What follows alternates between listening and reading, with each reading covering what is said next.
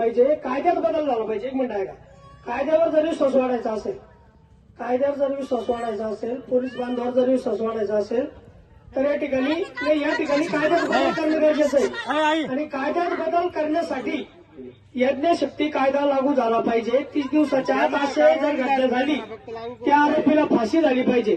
ह्यो कायद्यात बदल होण्यासाठी काय प्रयत्न केले जातील ते ठोस आश्वासन लेखी मिळाल्याशिवाय उपोषण सुटणार नाही. तुम्हाला खाकी वर्दीचा तो आम्हाला आधार आहे म्हणून आम्ही शांततेने उपोषण करतो हे लक्षात घ्या. जर तो आधार नसता तर आम्ही रोडवर उठून पोलीस स्टेशनवर हमला करून त्याला मारला असता, काय आम्हाला फाशी झाली असती. आम्हाला कायदा हातात घ्यायचा नाही म्हणून उपोषण चालू आहे. त्या पद्धतीनं मग मंत्री महोदयाकडे उपमुख्यमंत्र्याकडे आपल्याला काय करता येईल आणि ह्या कायद्यात कसा बदल करता येईल त्याचा ड्राफ्ट तयार करा. की अनेक वकिलाशी उज्ज्वल निकम साहेबांची नियुक्ती केली, तुमचं अभिनंदन आहे.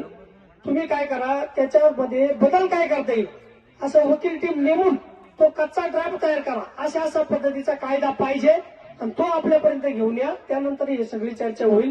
तुम्ही इथपर्यंत आले, तुमचं अभिनंदन आहे. याच्यावर काहीतरी निर्णय घ्या.